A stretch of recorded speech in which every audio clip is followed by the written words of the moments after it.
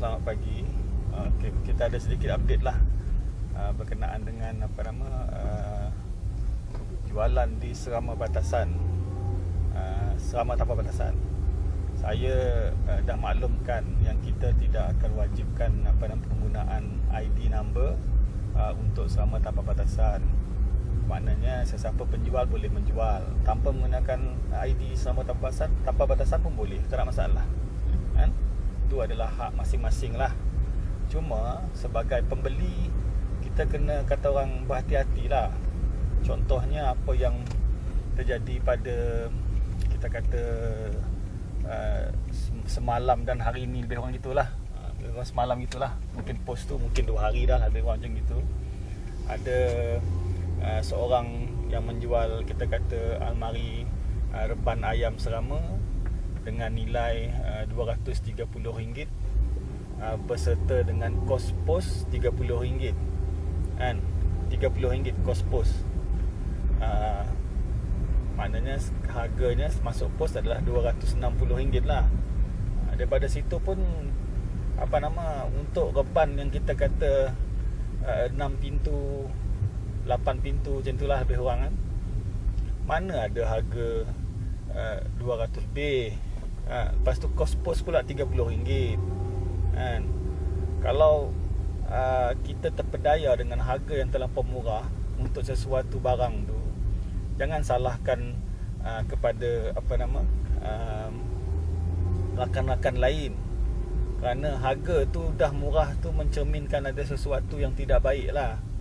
Sepatutnya kita sebagai peminat ayam serama ni kena faham, ayam serama tu kalau yang kita kata jenis kualiti yang baik, mahal harganya. Kalau dia yang biasa tu, biasalah harganya. Sama juga dengan reban ayam serama. Kalau reban ayam serama tu kita kata buatannya tu orang tak menarik, mungkin murah lah harganya kan. Tapi murah tak murah lah, kalau sangka besi pun mahal dah harganya. Belum lagi kita kata almari reban ni. Sebab tu saya kata sebagai pembeli, kita kena faham situasi dan nilai harga semasa sesuatu barang tu terlebih dahulu lah. Kalau kita agak-agak kita kata tidak berapa tahu kan, kita boleh buat satu post di dalam Serama Tanpa Batasan, kalau harga macam ini agak-agak berapa kan, boleh tanya macam itu. Lepas tu kita boleh mohon kepada rakan-rakan lain untuk advice dia orang, sama ada adakah penjual reban ayam serama yang macam gini di berdekatan di tempat saya. Contohnya kalau kita duduk di Kuantan, kita kata di Kuantan. Kalau kita kata di Kuching, misalnya saya di Kuching, saya bagi tahu lah, ada tak pembuat reban ayam serama yang boleh saya hubungi di area Kuching contohnya, ataupun di area Kedah contohnya, macam itulah. Rakan-rakan lain yang peminat ayam serama, biasanya dia akan membantu, dia akan komen, silap-silap terus bagi nombor telefon kan. Bukan tujuan saya ni untuk kata orang menghalang orang nak berniaga, tak ada. Saya tidak ada berniat macam itu. Cuma saya nak melindungi hak-hak pembeli. Sebab kena ingat, di musim scammer tengah berleluasa ni, nilai wang ringgit tu menjadi satu, kita kata, topik hangat lah. Sebab scammer ni dia suka meletakkan harga yang kita kata menarik, macam orang pandai buat promosi lah. Sebab tu kena jaga-jaga lah. Saya nak nyatakan macam gitu. Dan saya rasa atas maklumat daripada seorang sahabat kita kan, sahabat kita daripada Kuantan, nama dia Azmi kalau silap saya, kalau salah maafkanlah. Dia maklumkan kepada saya ada berlaku situasi yang sebegini, dan orang tu dimaklumkannya dah delete post lah berkenaan dengan penjualan reban ayam tu. Cuma yang saya bimbang adalah sama ada dah ada ke belum orang bank in kepada si penjual tu. Yang tu saya bimbang lah. Sebab saya rasa macam dekat komen yang pagi tadi saya komen, sebab saya tanya juga, murah betul harga reban ni? Saya komen gitulah, lebih kurang gitulah. Ya betul kan, saya kata gitu. Tapi lepas tu sekarang saya cek balik, post tu dikatakan tidak ada lah. Sebab saya belum ada masa untuk kata orang buka komputer, cuma ke telefon je, dia tak berapa tidak boleh nak melihat secara terperinci lah berbanding dengan kita pakai komputer. Dengan telefon ni dia kata orang, dia punya tools untuk admin tu tak berapa banyak. Kalau dengan komputer tu kita boleh korek semua lah. Tapi tak apalah, nanti kita try tengok. Cuma harapan saya lah, jangan ada lah yang dah bank in. Walaupun saya rasa macam ada dah bank in tu, tapi memang kalau bank in tu kira sedekah lah bulan Ramadan ni, kira gitu lah. Saya tak boleh nak kata apa lah, nak tolong pun tak boleh. Sebab penjual tu pun dia memang tak ada nombor seller ID. Dah cakap tu terang lah, memang tak ada. Saya dah check lah pagi tadi lepas subuh. Lepas tu dia menggunakan nama farm lah, apalah semua contoh macam itu. Tapi saya tulis tadi nota sedikit untuk kita kata sebagai backup lah. Cuma yang dia kata macam tu, dia maksudkan apa nama-nama tu pun disebutnya pemain sebut je. Untuk peminat yang sama yang dah lama, bila tengok macam itu pun dia akan tahu benda tu betul-betul lah. Cuma sayangnya adalah pembeli, bakal pembeli ni, dia kata orang terlampau terpikat dengan harga tu lah. Memang agak terkejut jugalah kalau 6 pintu siap ada kata orang sedikit design ayam lah depan pintu reban tu, gambar ayam kan, 260 termasuk pos. Yang best ni tu pos RM30 tu, tak tahan tu. Sebab kalau kita nak pos RM30, kalau kita beli ikan guna polisterin pun lebih daripada RM30 harga pos ni tu. Macam mana reban yang besar tu boleh harga pos RM30 pun orang pun boleh terpedaya tu pun. Saya pun kata orang susah nak mikirnya lah. Tapi benda boleh berlaku kan, kerana tarikan kata orang nilai harga tu yang amat murah kan, di musim kata orang musim Covid ni, bulan Ramadan.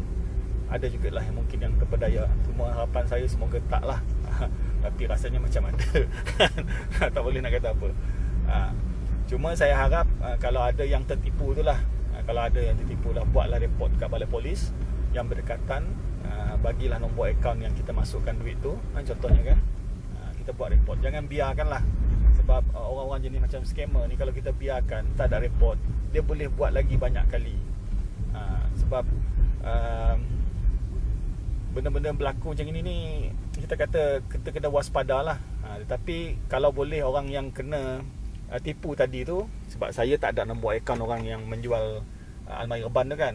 Kalau rasa yang tertipu tu tadi dan telah bank in dan ada bukti slip pembayaran, dan juga kita kata ada apa nama, ada nombor akaun yang di bank in kan kepada penjual tu, tolonglah sampaikan kepada saya, dan insya-Allah saya akan masukkan orang ini ke dalam senarai scammer kan. Seperti yang saya buat selalulah, saya akan masukkan di dalam tu. Maknanya dia kalau tengok nombor akaun tu, maknanya nombor akaun tu yang dah ada dalam rekod tu janganlah bank in. Cuma yang saya nampak adalah sebab susah nak kata, sebab dalam Serama Tanpa Batasan kita mempunyai komuniti yang besar. Rasanya dah hampir menjejak kepada 15,000. So orang-orang yang baru masuk ni, sebab setiap hari saya kira approve orang yang masuk di dalam grup tu, hampir 30 orang. Hampir 30 orang lah setiap hari kan. So kebanyakan orang yang masuk tu dia tak membaca announcement yang kita buat lah, yang awal-awal tu. Contohnya kita kata senarai penjualan yang sama, contohnya senarai scammer yang memang sah scammer kan. Lepas tu kita ada senarai nombor akaun scammer, contohnya macam tu. Saya rasa memang dia orang tak tengok lah. Jadi benda-benda macam itu menyumbang lah kepada masalah yang kita hadapi sekarang lah. Tapi nanti saya tengok macam mana. Saya balik nanti, saya akan cubalah tengok balik dekat komputer yang mana saya dah print screen dan sebagainya. Cuma saya tidak ada nombor akaun tu lah. Dan saya akan cuba cari yang semampu yang saya boleh, dan saya akan masukkanlah di dalam senarai untuk penjual, kita kata scammer tu lah. Cuma kepada yang terkena tu, saya harap sekali lagi, saya mohon buatlah laporan kat balai polis kan, supaya kegiatan yang tidak kata bermoral ni dapat dihapuskan lah. Kita tak boleh nak menghalang orang nak menipu, tetapi sekurang-kurangnya kita berusaha untuk mengelakkan kawan-kawan kita pula kena tipu. Kira gitulah. Tu saya harap kita kata macam kata orang, kerjasama lah daripada semua ahli-ahli grup kan. Kita bantu rakan-rakan kita lah, supaya kalau boleh jangan ada yang terkena. Walaupun ada yang terkena, namun yang dah terkena tu bantulah rakan-rakan lain supaya tidak ada lagi yang terkena. Sebab benda-benda macam ini memang merosakkan dunia hobi lah. Tak kira lah hobi ayam serama ke, ikan ke apa ke, tak kira. Tapi memang ni adalah satu kita kata kanser yang terjadi di dalam kegiatan jual beli ni. Memang ni lah antara punca merosak hobi yang ada di Malaysia sekarang ni. Kita pun tak pasti macam mana pihak berkuasa menerima report dan sebagainya. Tapi yang pentingnya kita mesti buat report supaya pihak berkuasa ada data yang secukupnya untuk diorang mengambil tindakan lah. Okey, itu sajalah daripada saya untuk pagi ni. Memang kita rasa macam duka cita lah sebab kita dah berusaha untuk kita mengekalkan apa yang terbaik untuk hobi ayam serama. Namun jika ada yang kita kata terpedaya dan terkena tu kerana melihat kepada harga yang sangat menarik, maka kita pun berasa amat kecewa lah kan.